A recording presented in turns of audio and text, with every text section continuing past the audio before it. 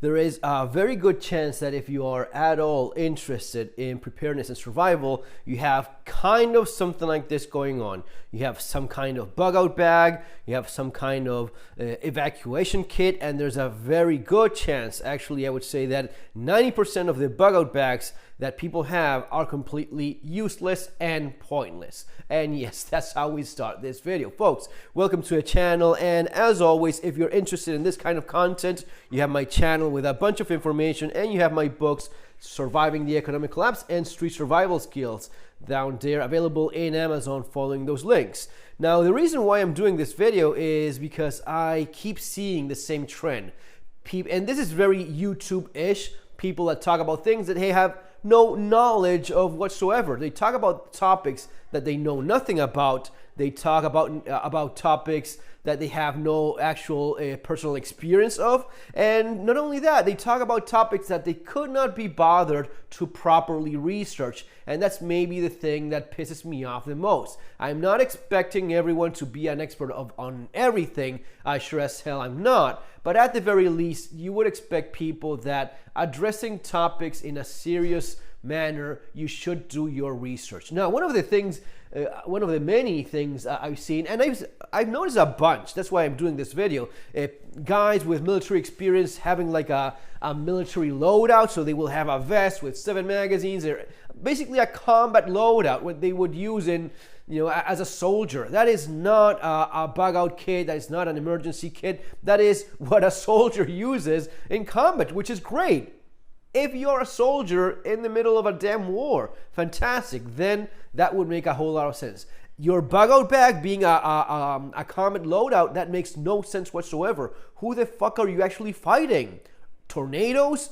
The economy? Liberals? What the hell is it that you think you're gonna be solving with a bunch of magazines, an AR, and your tourniquets? And all of those are great things to have.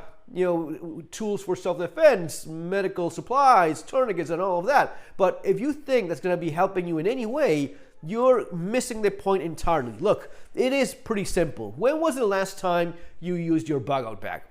Seriously, when was the last time you bugged out of your home? Right? I mean, it could be very well. It could very well be a real thing. Your house can burn down. It could be floods. It could be a number of natural or man-made created disasters that forced you out of there. What is it exactly that you're planning on doing with these bags? What kind of stuff do you have in there? Because I see a lot of camping crap. And I don't know about you, but if my house burns down, I'm not hitting the nearest national forest and camping there. You probably have insurance. You probably have some, but you don't get it. When the end of the world comes, there will be no insurance. Okay, you don't have anywhere else to go. Your best solution is a tent and a camping stove. Man, you really need to plan a little bit better. So the point is not that bad things don't happen. They happen all the time. And of all of the bags and the different kits, your bug out bag, your get home bag, your EDC gear bag, all of these things that we talk about here on the channel all the time, it needs to be geared towards your specific circumstances. And the one in which you end up going to the nearest national park and camping for the rest of your life in La La Land is not real. That never happens. So again, when was the last time you used your bug out bag? When was the last time you used your get home bag? May well be the case. Your car broke down, you needed to get back home. Yeah, you maybe ended up drinking a little bit more water, changing your shoes from your work shoes to something more comfortable. Maybe you use a hat, sunscreen. These things happen all the damn time. When was the last time you used I'm never coming home bag, the inch bag? And this is where people go extra stupid. The famous inch bag is insane. The amount of crap, there's people that have a bag with a bunch of nonsense. There's people that have entire trailers. Maybe the one that is the most ridiculous of them all, the one quote, this is from a YouTuber that's super famous and a guy that basically focuses on preparedness. He said, "My bug out bag is my property." So your bug out bag is your entire home with all of your stuff.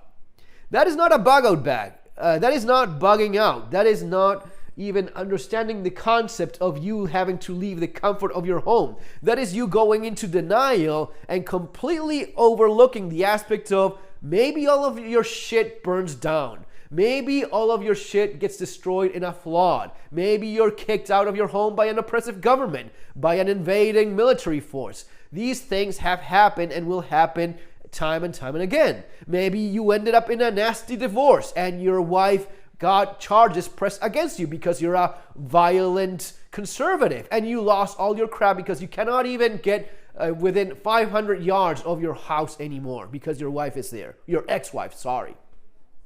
These are all real things that happen to real people. The fantasy delusion of thinking that you're going to be living in the national forest forever. You're not going to be needing to leave your property because I just do not accept the concept of having to bug out and being put in an uncomfortable position. That is the complete opposite of being prepared. It is you saying, no, I'd rather not envision the possibility of ever needing anything. Look, for those of you that are new to the channel, I've been through a few of these things myself. I've gone through an economic collapse, as you see there in my first book that I wrote, Surviving the Economic Collapse, based on going through just that in Argentina. No, it was not fun. We didn't go camping. In fact, it was just too dangerous to go camping. It was just too dangerous to be exposed basically on a number of other things that people do all of the time when they live in their happy little perfectly okay worlds. When things go to shit, all of these things, it's either it's too expensive, it's too dangerous, it's just not worth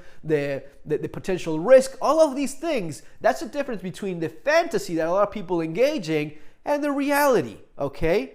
Now, have I ever needed to bug out? No, fortunately, I've never had to bug out of my home because it burned down, because I had to relocate and leave.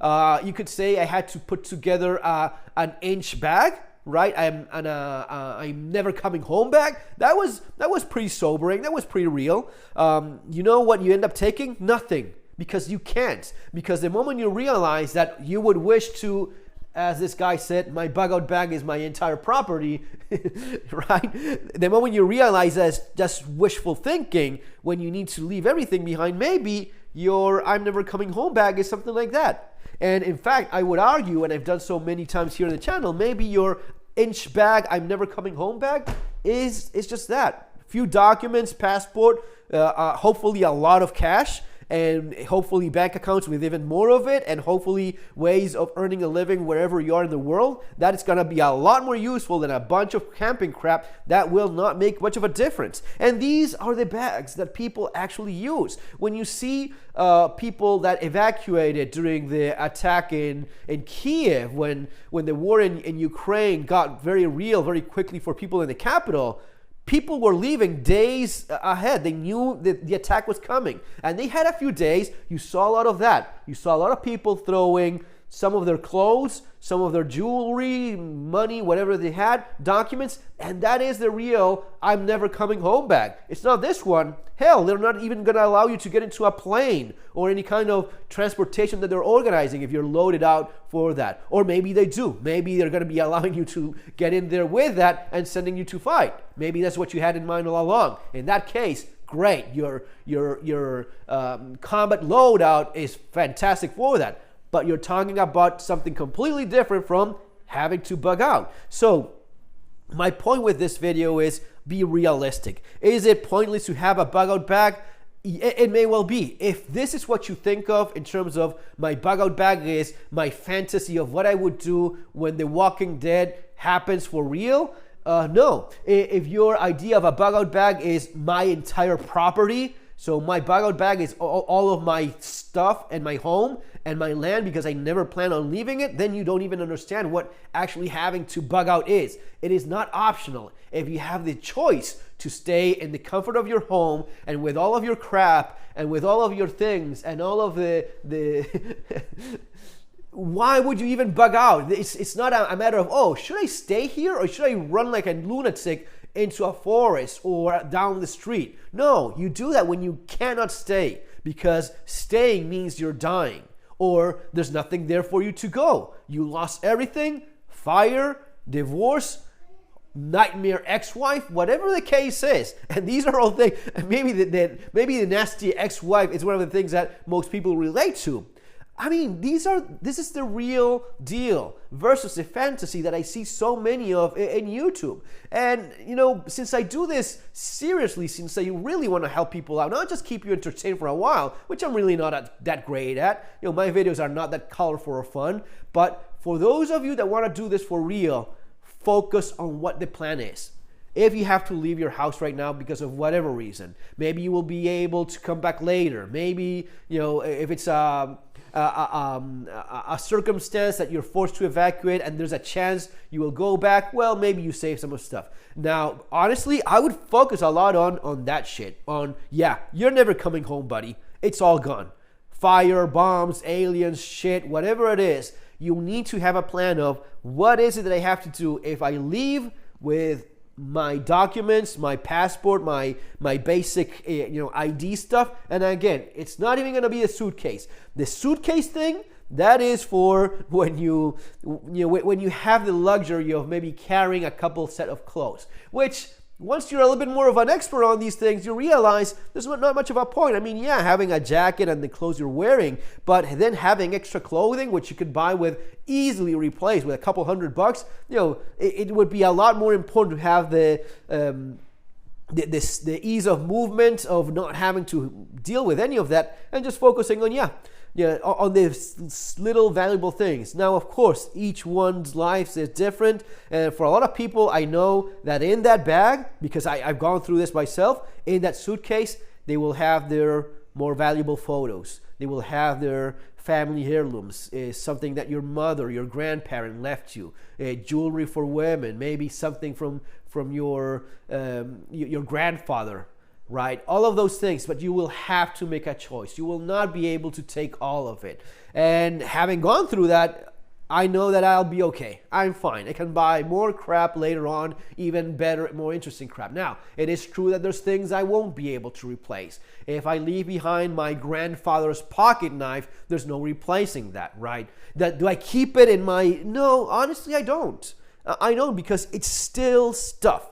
At least for me, even more important than that physical pocket knife, which is actually very cool, it is the memories and remembering my grandfather rather than something material. Okay, so when you go down that path and you start trimming off and getting rid of all the nonsense, getting rid of all of the fat, and you stay very lean, documents, some money, and hell, even that. It is true that if you don't have a passport and you have to leave a country, that's going to be complicated. If you don't have a good amount of cash, that's going to be an issue.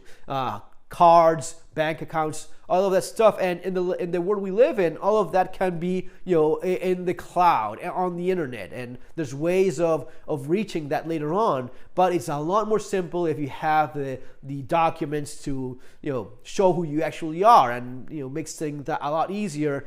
And at times, that piece of paper, the passport, makes a difference between making it across a border or not. So that is a big deal. But it is that VIP bag, which I've often talked about, that very important papers bag.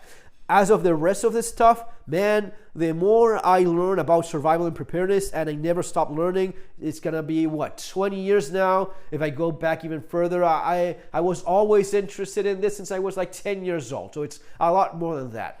And the more you learn about this, the more you evolve into understanding that if you get rid of the fantasy, all of the fun stuff, and you focus on what people have actually done, what you have actually done yourself, ask yourself that question. When was the last time you used your bug out bag, your get home bag? When was the last time you used your EDC? What is it that you actually use?